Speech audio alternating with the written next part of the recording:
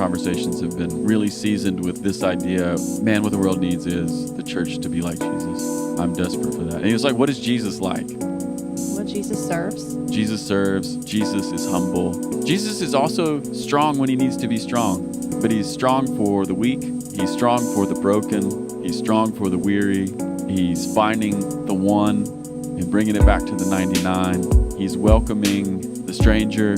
I'm just really, really convicted that what the world needs is a church that looks like Jesus, acts like Jesus, sounds like Jesus, and isn't co-opted by the political tribalism of our country, isn't co-opted by political allegiance, isn't co-opted by the things that make us anything other than a follower of Jesus.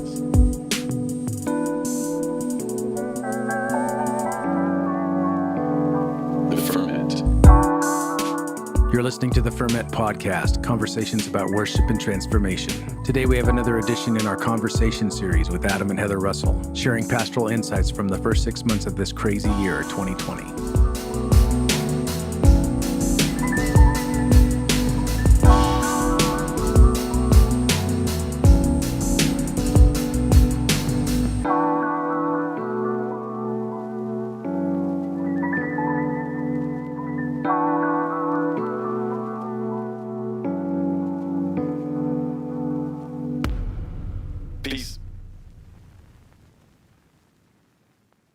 This episode is brought to you by our friends at worshipteam.com. Worshipteam.com comes preloaded with over 12,000 songs, with new songs being added all the time. Hillsong, Bethel, Vineyard, Six Steps, Jesus Culture, just to name a few. Service building with Worship Team is a snap, and all the songs are completely legal and licensed. You can also find them on social media, Facebook at worshipteam.com, Twitter at worshipteam, Instagram at worshipteam_WT. Visit them at worshipteam.com for a free trial today. Complete worship planning with thousands of songs, easy interface, mobile apps, and legal rights for your church. All you need in one place, worshipteam.com. Hey, what's up, Heather? Hey, Adam. Welcome to my office. Thank you. Glad you came by today. Happy to be here. I think you're a little bit more energetic than I am today. You look very tired. I am feeling very tired. It must be your age. I'm 187 years old. You have a Santa beard. I do have a Santa beard. That's one of the things I've gotten in the last few months. This is starting off well. Yeah, this is a great podcast. Glad you guys came along for the ride. This is what we're doing here today. It's June. It is 6 months into 2020. You haven't been on the pod for a minute. Right? I thought it would be good to have you back into the podcast. And I thought it might be a nice time for you and I to talk a little bit about, gosh, we've lived 6 months of 2020. And, well, has this been the most insane year ever? I mean, it's been a little boring. It's been a little boring. Sheesh. Yeah, I thought it might be good for us to reflect and do a little half-year check-in. Yeah, that sounds fun. Yeah, little 2020 check-in. 2020 check-in. I like it. Yeah, and I thought maybe what we would do is we would riff a little bit about some of our thoughts about the year so far. And I think what we've done is we've made some words to sort of frame the year so far. Mm-hmm. So we're riffing with an outline. We're riffing with an outline. There you go. We're a little bit structured and we're a little bit free form. Okay, so if you're listening wherever you're at and that sounds like something you're up for, then hang on. If that's not what you're up for, you can turn it off right now. Well, I feel like that's kind of how I live my life. A little bit structured, mostly freeform. I don't think that's how you live your life. Anyone who thinks that should go look at your van. Are you saying I lack all structure and only freeform? I think you're only a freeform person. Okay. I'm in good company. Shout out to Sarah Elmer. Sarah Elmer is also a freeform person. Shout out to Sarah Elmer. All right, we should probably talk about what we came here to talk about. That's right. Okay, so let's get back into this. We have written down some words to maybe give us a little bit of structure. Yes. For our conversation. And we're just trying to put a frame around some of the things that are happening this year. And some of you may be thinking, well, okay, what's the point of this podcast? I guess the point of this podcast today is We're just wanting to commiserate with everybody who's out there. Yeah. If you're a pastor, if you're a leader, if you're a worship leader, if you are, a part of this thing we call the church, and you're experiencing everything that's going on, just consider the next few minutes a bit of a commiseration. Imagine yourself on my back porch. Commiserating sounds like such a miserable word. Is it? I don't mean it that way. No, I'm just know saying it the is. word itself. Yeah, it does have a bit of that, but I don't mean it quite so bummery. Yeah. I just mean like, This isn't all, hey, yeah. let's share this space. There you go. Okay. Hey, here's the first word we have on our list, and it's the word apocalypse. See, we're going to start off with a happy one. There you go. There you go. Apocalypse. Yeah, I guess what I mean by the word apocalypse, and the reason that it sort of popped into my mind when I was thinking about having this conversation was like the old school meaning of the word apocalypse is to uncover or to reveal. And I kind of like that because part of what the word apocalypse means is it's showing what was there all along. And I think there's something about the year that we've been experiencing so far that's revealing a bunch of stuff. And it's not like these are new things, but it's showing what was there all along. And we often experience that on an individual level in our lives, like something big happens and shakes us up and it reveals something on a personal level. But boy, we have experienced it nationwide, worldwide in 2020. That's right. Yeah. I mean, some of the things I was just on the way into the office this morning, I was just thinking about this and I was just reviewing some of the stuff that's happened in the last few months, and some of what's been revealed are really big stuff, and it's sometimes difficult, right? Like things like systemic racism. People are becoming awake to that in a new way. I mean, our black brothers and sisters, they've known about this and they've been experiencing this for a long time. They've even been speaking about it. But now all of a sudden we're in this moment where it's been revealed. People who maybe didn't see it before are starting to see it. People who didn't speak out before are starting to speak out. Where people are having ears to hear things that have been spoken before, but it's like their ears are being opened for the first time. And people are feeling heard for the first time in many cases. I hope so. Yeah. Yeah, so there's something about that that's apocalyptic. So if I were to like put one word on 2020 so far, I would put the word apocalypse. Anything else you want to say about that? We had paired it along with the word deconstruction. Yeah. We talk about deconstruction a lot on the Ferment, Yeah. but normally it's in a more of a personal way, a deconstruction of faith or personal beliefs or thoughts. But it goes along with the word apocalypse in the way that we have been broken down to our basic elements in many ways this year. Yeah. Mm-hmm. And just like sometimes we do that on a personal internal level, like I feel like the physical structures of our lives have been kind of reduced down to their most basic elements. Yeah.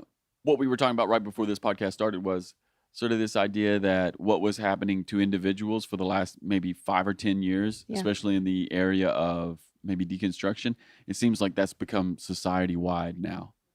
And so there's this deconstruction that's leading to apocalypse. There's this disillusion that is leading to revealing what was really there. And hopefully on the other side of apocalypse, or hopefully on the other side of deconstruction, there can be a reconstruction. Mm-hmm. And hopefully we can take all of these things and put them back together in a way that's more righteous, if I can use that Bible word again.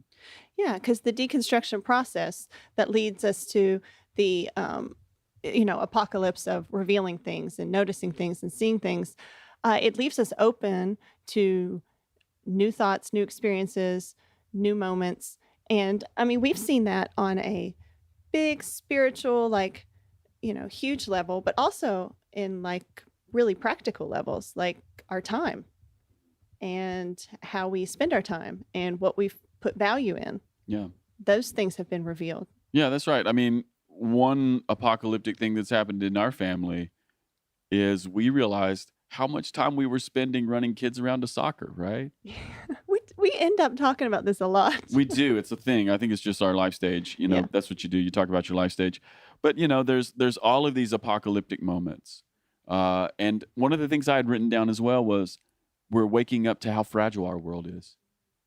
I think maybe before 2020, I think maybe most Americans thought that things were fairly settled, right? Or things are the way they are. Or the world is working, and maybe it's working okay. And things are moving right along. The economy is up. The NASDAQ is up.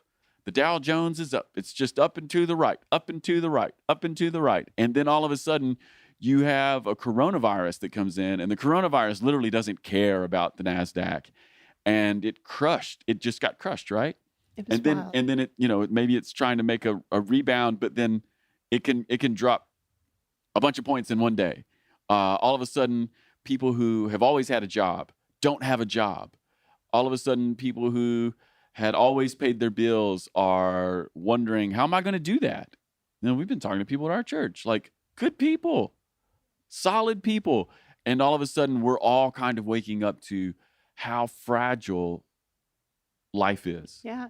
And even little things, little truths that we may have held, like, for example, and this wouldn't be across the board that people hold this idea, but a lot of people might hold the idea that, oh, you work hard and things will work out fine. Yeah. And that hasn't been true for all people forever, like Yep. as long as we've been around here. But that has been shaken to its core. That's right. I mean, you could have a solid business that was doing great, and then all of a sudden this thing happens and you're shut down and you're confronted with the fragility of life, just how unsure certain things can be, how tenuous life is, and how interconnected, how something that happens, halfway around the globe can all of a sudden be here and changes everything for us.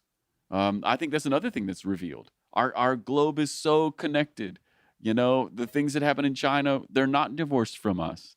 We have to care about the things that are happening all over the world, I think that's one of the things that's happening. So apocalypse. This is a time of revealing, showing things the way they really are, showing us what was always really there. Important. Anything else you want to add to apocalypse? I don't think so. Okay. Let's move on. What's our next word? Our next word is differentiation. Ooh, that's a big word. That's a good word. It's the ability to be one's real self while staying connected to other people, even if there's disagreement between you. Well, it's a good thing there's no disagreement running rampant in 2020. Yeah, it's the idea that you and I, like just even in our own marriage or our own interpersonal relationship, we are in some ways singular different people, right? Like you are you, and I am me. And at the same time, we're staying connected to one another. We're highlighting both of those realities at once. You could share life while maintaining your own identity. That's right. And I think I put this word down because we're just living in such a polarized moment where everything is trying to shove us either to the hard left or to the hard right. And I'm just using those terms because, I don't know, it just seems the most current to me right now. The world is always being divided into this camp or that camp. It feels very tribal to me right now. And I'm feeling the call, the work, the pastoral impulse to lean into differentiation even more, to stay connected to people who maybe disagree with me, to stay connected to people who are maybe living in a different space than me because of the polarized moment that we live in. I guess I'm also just feeling the impulse to reach out to people who are in quote unquote a different tribe. Well, I think it's been super interesting that in 2020, things that you wouldn't think would be polarizing or in, the left or the right category, that you would think it would just be things that we all experience together and agree upon. Like everything has become a polarizing issue. Yeah, talk about that a little bit. Well, one would think that a virus that is dangerous and kills people, that there would be some agreement around that virus, that it Yeah. is bad and, X, Y, and Z. That's right. And we've seen even the existence of the coronavirus bring up all kinds of conspiracy theories, opinions. Like, Well, it's yeah, wild. and one of the things I think that you're hitting on there is that we're living in this hyper polarized moment where even something that you would think would be as universal as the coronavirus gets reduced to there's a Republican version of things and there's a Democratic version of things. The way that you interpret this, right? There's a hard right version of this, then there's the hard left version of this. And then all of a sudden, everything becomes political. Yeah. Like wearing a mask is political. Where did the virus come from? That's political. Well, spaces that used to be open for areas of discussion Sure. now are areas where you take a hard stance and you can't budge. And Yeah. like, facts don't matter. Yeah. Expertise doesn't matter. Like, nothing matters in the face of this extreme polarization. Yeah. Well, and really what you're describing there is you're describing the postmodern dilemma. It's like, what is truth? In a world where everyone can broadcast an opinion to the world, in a world where everyone's ability to say what they want, these are good things, by the way. All of a sudden, we're disseminating information at hyperspeed across the planet. Everyone can talk to anyone on the planet. And we're living in this kind of like really strange postmodern place where, at least with the way that the algorithms and the machinations of modern world work, it's polarizing us more. And I'm feeling the need for differentiation, Yeah. the freedom to be who I am and to say things as I see it, but then also not giving into maybe cancel culture, staying connected, or really doing my best to stay connected to people who maybe disagree with me, but then also being free to disagree, right? Right. Yeah. I guess one of the reasons I'm saying this is because part of the tension I'm feeling as a pastor or leader right now is the tension between the church as a truth teller and then the church as a place of peace and unity, Right. right? Because everything in society is spinning the stories. Like, and the bigger the story, the bigger the spin. And here we are once again as Christians. And in the vineyard, we hold this dearly. We're living in that tension. Yeah. And we're trying to stay connected to two sides at once and live in love and care and compassion. Whew, Yeah, it's a lot. it's a lot. One of the other things that's been interesting to me too, when it comes to this idea of differentiation, staying connected and being oneself, is it's been interesting to me to see how much capacity some people have for hard conversations. But then it's also interesting to see how little capacity others have. And I wonder why that is. I don't know. I mean, I could probably make some broad generalizations that'd be really unfair to some people right now, but I've just been thinking this morning, that's just really interesting. Some people who I never would have imagined would have had such a capacity to enter into discussions about hard things. It's been really amazing. And then other people that I thought, wow, they'll be able to handle this, really just can't handle the idea of someone else's life experience. Or Yeah, and I'm with you. I don't really know why, but it feels like maybe there's a little bit of fear of that tension place. And it can be a scary thing to not have answers and to maybe be wrong or even open up the discussion to something you've never entertained before, because what if? Well, I think you're nailing it right now, and it makes me think of this. The world has become so tribal in some ways, and I'll just go back to hard left and right. I wish I had a better frame for that, but the world is so tribal that I think some of the anxiety is if I give ground maybe to someone else on this issue, that my tribe, it's like I'm giving ground on all the issues, right? Some of our tribes have so defined all of the issues of life. Like, okay, so in order to be with us, you have to believe this. this, and this, and to question any one of those things, or to see any one of those things from someone else's point of view, to give ground, it feels like maybe the anxiety is that you'll lose ground on all of those things. It's like a zero-sum game, right? It's like things being taken out of context, even social media posts. You can easily like get pinned down for, oh, so you're left, or oh, you're right, when that wasn't the heart or intention at all. That's right. That's right. It's interesting. It's really interesting. A few weeks ago, you had a Facebook exchange with someone, and you were just saying the words of Jesus, and someone else was pushing you into a camp that doesn't even really define you. No, not at all. And that can be so frustrating. And it can lead people to not want to engage. So maybe that's where the lack of capacity comes from, is that I don't even want to engage because I'm going to be pushed. Yeah. Or maybe it comes from other places, but it's a weird thing that's going on. Yeah.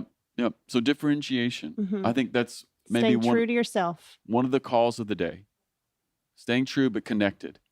You know, the freedom to say things the way that you are seeing and experiencing it right now, but then staying connected. And the danger of staying connected is, if I'm really connected, I might have to move what I see and feel. Right. That's the push and the pull. But, I focus a lot on the negative part of that, but I have seen that. I have seen, especially on social media or talking to people who we know, I've seen them be like, wow, I used to think this. Yeah. And then I listened to this, and now I think something totally different. Yeah, that's the power of connection. And people don't change all at once. No, it's process. In general, they just don't change all at once. That's okay. And I think there's a lot of frustration right now with people being frustrated with each other because of the place of their journey that they're on. Like, you're not where I am. Yeah, well, that's everywhere. And for me, that's one of those, I just have to kind of let some of that go, because sometimes you see people who are frustrated with other people, and you're like, dude, you thought that 3 years ago. Right. Yeah, come on, let's give people a little bit of grace. Yeah, let's not get mad at people for believing something that we believed. Yeah. So perhaps part of embracing this moment of differentiation is embracing people's journey and process. Yeah. And allowing people to process and journey, and not pinning their identity on what they think about something right at this very moment. Yeah. Awesome. Number 3. Number 3. What did you put down? I put down broken theology. Okay, what do you mean by broken theology? Well, I mean, when your foundation gets rumbled, when your foundation gets shaken, oftentimes the theology that you had held to, or thought you held to, that you thought would carry you through, oftentimes proves to be unhelpful. Okay, you want to explain that a little bit? Well, we had mentioned earlier when we were discussing that, for example, the idea of Christianity being focused and held in the concept of being saved. Yeah. For a future date after we die. If all of your eggs are in that basket and all of your focus is on the future and the afterlife, how does that help you in this current moment when life is so weird? Yeah, I think part of what I was thinking about in that frame was this idea, and this doesn't apply to everybody who's listening, but I think a lot of people who are living in the American South would really resonate with this. Man, if you grow up in the American South, one of the things you hear in church over and over again is just get saved. And what they mean by that is don't go to hell. So it's like ultimate realities. Salvation is the thing that touches whatever is after you die. And that the purpose of coming together and going to church and is making sure you aren't going to hell and no one around you is either. That's it. And by the way, I would recommend not going to hell. Sure. Right? Like, no one's arguing for going to hell. But I think one of the things that's been revealed, to go back to our apocalyptic word now, is sometimes stuff happens in our world. And I think 2020 is a perfect example of this. Sometimes stuff happens at such a deep and global scale that it shows the places where our theology is cracked and broken.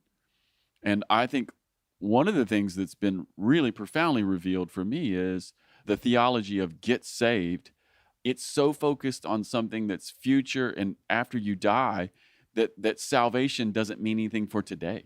Yeah. You know, salvation is just something for later, but it doesn't mean anything for today. And not only is that problematic, but maybe it's one of the reasons that our world or that the church has been so out of step with some of the things that are bubbling to the surface now. You know, like how can the church be really blind to things like racism? You know? Well, I think maybe one of the ways the church could be really blind to things like racism is we have an eschatology that pushes salvation only into the afterlife, and it doesn't see the need for Jesus' saving work to begin to work deeply in this present life. That there are systems, that there are moments, that there are things in our cities and in our towns that need saving, and that the invitation is not just to push everything into an unforeseen future, but to actually That anticipate it God might show up right here. right here. So yeah, I agree. Broken theology. I think that's one of the things that's kind of like popped through for us. Yeah. And this kind of goes, we touched on this earlier with deconstruction, but a lot of times when people go through personal tragedy, like I know I went through a tragedy several years ago in our family, and it's very common to be shaken, for your faith to be shaken up, for you to question things that maybe you hadn't questioned before, because you maybe haven't had a invitation or reason to think deeply about something. That's right. And so that's like a commonly held experience. Someone close to you dies tragically. Suddenly you think, they were a good person. They loved God. This bad thing happened to them. Why would God let this happen? You go through the list of things that you didn't even realize you believed about God until tragedy strikes. Yeah. We're seeing that on a nationwide scale. Yeah. Well, and it's one of the things that makes me thankful for our vineyard kingdom theology. I guess that's one way I would frame it. Our vineyard kingdom theology of the now and the not yet. We believe that God's kingdom has come, that the powers of the age to come have broken into the here and now, and so there is not just an invitation, but there's a power available to see things change in human bodies, in systems, in society, in our cities. There is a work already at work around us, and we can join it. And at the same time, if something doesn't get settled, we have the hope that in the age to come, God will settle everything that is not settled. And it's interesting how many people I've talked to who have dealt with so much anxiety, not realizing that they were holding their theology or their view of God to a certain belief. Yeah. And then all of a sudden the world shuts down and they realize, oh, I thought this, it's not true. And they're filled with anxiety. Yeah. But honestly, this is a really, really great moment, an invitation. It's actually a gift to have your foundation shaken up in such a way that you can see what's there, like our apocalypse word, and say, oh man, Yeah. I didn't even know I was believing this. Yeah, you're right. Sometimes our anxiety it's emanating from just the fear of having to let go of something that worked for us for a long time and now doesn't work for us. Yeah, you grieve it. You grieve it. And I think that's been happening for some people. Yeah, I mean, there's a lot of people who prayed and prayed and prayed for this virus to miraculously disappear. And it hasn't. And one of the tragedies that we've seen in the news even are when there's outbreaks of coronavirus in church congregations who literally met to pray. Or they met because they had faith. Yeah. And so when you are believing something so deeply and then struck with that reality, I mean, it can cause a lot of anxiety. I get it. Yeah. Yeah. It's revealing. It's revealing. And it's a moment where we have to take a step back and invite the Lord into that moment. Or we can double down, close our eyes, and live in denial. Yeah, and that would be the biggest tragedy. Yeah. So I think this is a moment where our theology is being shaken and tested and seen what is there, right? But I think in the vineyard we have a great gift, which is the kingdom of heaven is now and not yet. And because it's now and not yet, I don't have to lose my faith or throw everything into the trash heap because the world is experiencing things that the world has always experienced.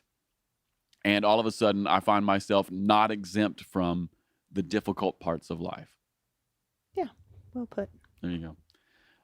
What's Number four. Number four. Number 4, I wrote down the word unity. Okay, why did you write down the word unity for the first 6 months of 2020? Right? You wouldn't Yeah. think. Yeah. It's a little bit of the positive side of a very obvious negative side of this coin of polarization. I have seen an odd amount of unity in the churches like meeting online. Yeah, talk to me about that. Okay, so I started thinking yesterday that we go to the vineyard. We pastor the vineyard. Yeah. I don't visit other churches very often. If I do, there are other vineyards usually because we're traveling. Yeah. But like in town, I never visit the other churches in town, even if I love them. But it's just kind of the routine that we're in. So this has given us a real opportunity I've watched other churches' live streams, little devotionals. I've got to hear words from other people in our community, and I feel extremely connected to the church at large in our town, in our state, even across the country, which I know YouTube church is a thing.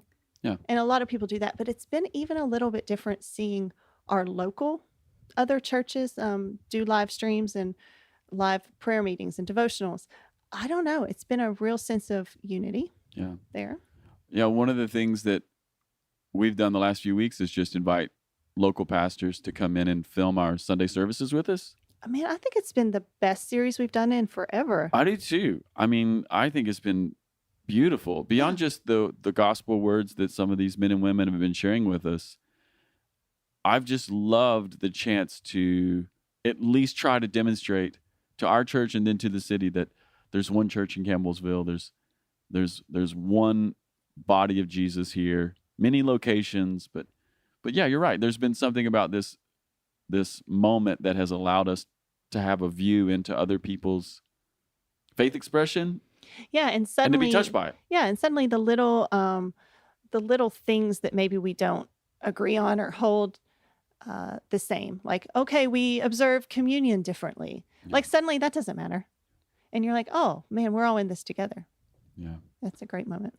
That is. I do think that underneath the polarization or underneath the tribalization that sits on the surface and hums pretty loud most days, underneath it all, one of the gifts of 2020 has been, I think, or I hope, that people are waking up to the unity of the human experience. Very few things ever happen in the whole world. You know? Corona has been something that's happened in the whole world. And so there's this sense in which hopefully people are waking up to their brothers and sisters in the whole world. Yeah. And through the Black Lives Matter march that we marched in a couple weeks ago, I mean, there was such a sense of community and unity there. Yeah. And I've seen that all over Instagram, Facebook, like people coming together that maybe wouldn't have. Yeah. I have to say that little march, and I know there's been marches all over America. Our city had one. A lot of people came to it. I was shocked. For those of you who don't know, we live in rural Kentucky, and I was just shocked by how many people came. And it was a beautiful moment of unity in our city. Yeah, so there's been a little bit of eye-opening, like, oh, we're all in this together. Like, yeah. So I think that's one of the gifts of 2020. We have an opportunity to see the places where we're in it together and try to link arms with some other people. Yeah. Number 5. all right, bringing it home. This is our last point. Go for it. We wrote down the word invitation because we've outlined kind of the situation that we have found ourselves in. Yeah. And I think we've highlighted a lot of the commonly held experiences that we've had through this year. So, what does that mean? Inside of every experience, there lies an invitation. And so, we're just going to talk about the invitation to the church, the invitation to us as Christians, as leaders. Like, what are we being invited into? Yeah. Yeah, I think this is a moment where the church in particular is being invited not just to lead, but man, I think the thing that's needed is like the character and the nature of Jesus. I think we're being invited into a moment where we need to reflect Jesus's character. Desperately. We desperately need to, and we can. Yeah. And I think maybe it would be helpful just to outline some of that, and some of this would change based upon, the nature of your congregation or your station in life or whatever.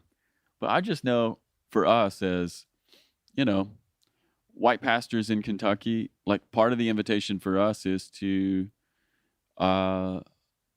serve our people, really lean into service, the service nature of Jesus.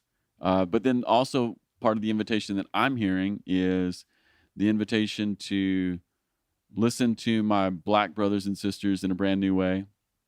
I also think there's an invitation for us as Christians to maybe let some new people lead, some people that God is raising up for the moment. And it's probably going to be people of color. And I just say, praise God to that. This might be a moment for the next few years where just some new faces are going to lead. And I'm hearing the invitation to look for those leaders and to listen to those leaders and to listen to those voices and to listen to those stories and let it touch me deeply. And you're right. Every congregation will have their own expression of what it means for them to reflect Jesus right now in this moment. Yeah. Mm-hmm. I was thinking earlier about just how this moment of unity is inviting us to lean in and to say, oh, if we really are a church, like in our case, the Church of Campbellsville, then we're being invited into pressing into that more. Yeah. I mean, and that's what Jesus would do. That is what Jesus would do. Yeah, and probably if you're listening to this podcast, the invitations for you would be, maybe some of them would overlap, and they'd be similar. Yeah, but they will reflect the character of Jesus regardless. Yeah, and maybe some of them will be different. I can imagine that some other people would be feeling some slightly different invitations. But I just know for me, gosh, this is a moment when the church needs to, I'm just feeling the invitation to listen to other voices. I'm feeling the invitation to reflect the character of Jesus when it comes to like humility, the humility to let someone else lead, the humility to let someone else share with me their life experience, the humility to lead, the humility to listen, that kind of thing. That's the invitation I'm feeling right now. Yeah, that's good because there's so much hope in that invitation. Mm-hmm. Yeah, I mean, I just can't get away from this.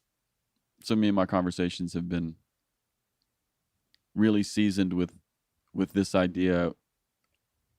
Man, what the world needs is the church to be like Jesus. The church to be like Jesus, and I'm desperate for that. And it's like, what is Jesus like? Well, Jesus serves. Jesus serves. Jesus is humble. Jesus is also strong when he needs to be strong, but he's strong for the weak. He's strong for the broken. He's strong for the weary. He's finding the one and bringing it back to the 99. He's welcoming the stranger. I'm just really, really convicted that what the world needs is a church that looks like Jesus, acts like Jesus, sounds like Jesus, and isn't co-opted by the political tribalism of our country, isn't co-opted by political allegiance, isn't co-opted by the things that make us anything other than a follower of Jesus. Hope that makes sense. Well, I feel a little better now than I did before. Do you feel like you've gotten some energy? I feel like my energy's coming back. I feel like my energy is returning to my body. Good. Yeah. We should probably do this again in a few months. 6 more months? Yeah, in 6 more months. We'll do another check-in. Whew. Hopefully things are on the up. Hopefully. Yeah. But here's the other thing I hope, though. I hope that if there's more shaking that needs to happen so that the real things that lead to real life for everybody, if there needs to be more shaking, let it shake. That's what I hope. Well, I had this very odd image. Okay. And you haven't had a baby, but you've seen me have a baby. I've seen you have a baby. It's quite a moment. And one of the weird things, like when you are in labor and you have a contraction, it is extremely uncomfortable. Yeah. But thank goodness there is a break in Yeah. the middle. And it does feel like, I mean, things aren't all the way settled down. That's right. We're not out of the woods by any means in any of these issues that are facing us right now.